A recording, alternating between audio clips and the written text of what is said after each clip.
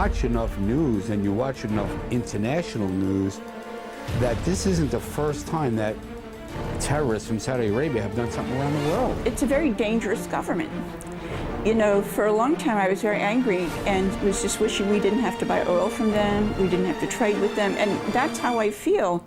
That not only did Saudi nationals and government officials have a role in the attacks, but that the United States has worked to hide Saudi involvement. It took me 9 months to get one meeting at the cabinet level to talk about al-Qaeda. And that meeting occurred a week before 9/11. And what happened after the meeting? Nothing. You know, there were Saudi agents that were in touch with some of the terrorists in San Diego. Saudi Arabia says that those people were not acting within the scope of their authority and did not provide substantial support to the terrorists. There's also the question of the funding of al-Qaeda. There were Saudi Arabians on those aircrafts, so they're directly related. Was it an order given by the Saudi Arabia government? So the court right now is going to look at the evidence that we have before even starting the case, at the beginning of the case, whether we have enough evidence to establish an exception to the immunity that all nations, including Saudi Arabia, enjoy. The financing of terrorism in the United States is not behavior we should tolerate from any nation, allies included.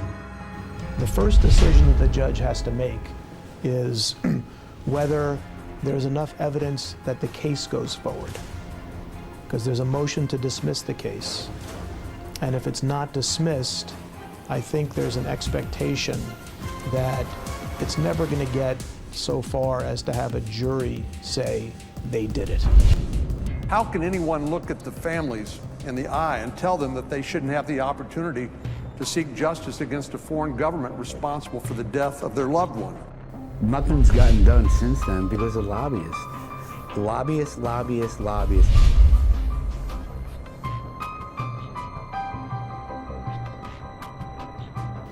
These are complex issues, and they're complex issues that we as lawyers probably have no right to stick our noses into with respect to the end game. The future and more opportunities, and that's why we are here today, to be sure that we've tackled all the opportunities and achieve it, and also get rid of all the threats facing our both countries and the whole world. You know, there's 22.5 lobbyists per member of Congress. 22.5 lobbyists per member of Congress. And listen, we live in a society now where you can just sue. But that lawsuit, if you read through it, allows other countries to sue the United States. I don't need to point fingers. I know what terrorists did on 9/11, but I also know what Congress did.